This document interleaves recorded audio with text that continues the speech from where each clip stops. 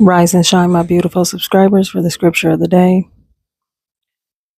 It is 1 Chronicles 16:10-12.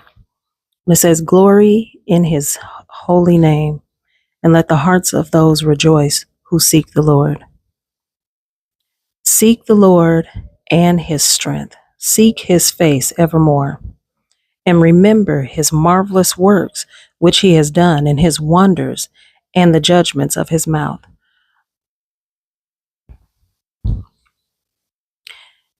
Even through the midst of everything that's going on, and not had a very eventful evening. And sometimes I think a lot of what I'm going through is just the enemy trying to distract me, stop me from, doing what I normally do, which is dig in his word, read, study, seek his face on everything. And as of late, it just seems like, but this scripture right here reminds me to seek his face even the more, even in the midst of the things that's going on. Seek his face, seek after him, and then remember all the things that he has done. And I like to say, as a good friend of mine, Keith, used to tell us, take those trophies off the shelf and dust them off. Remember, that's remembering. The very thing that God has done in your life.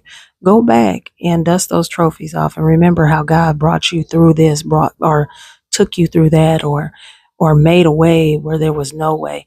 Remember those things. Remember those things that God has done. And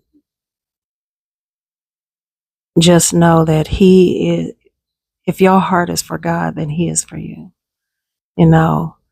And I always like to think, Lord, you see my heart before you see my mistakes, because we're all not perfect. We all make mistakes. But I think he's judging us by our heart and our heart posture.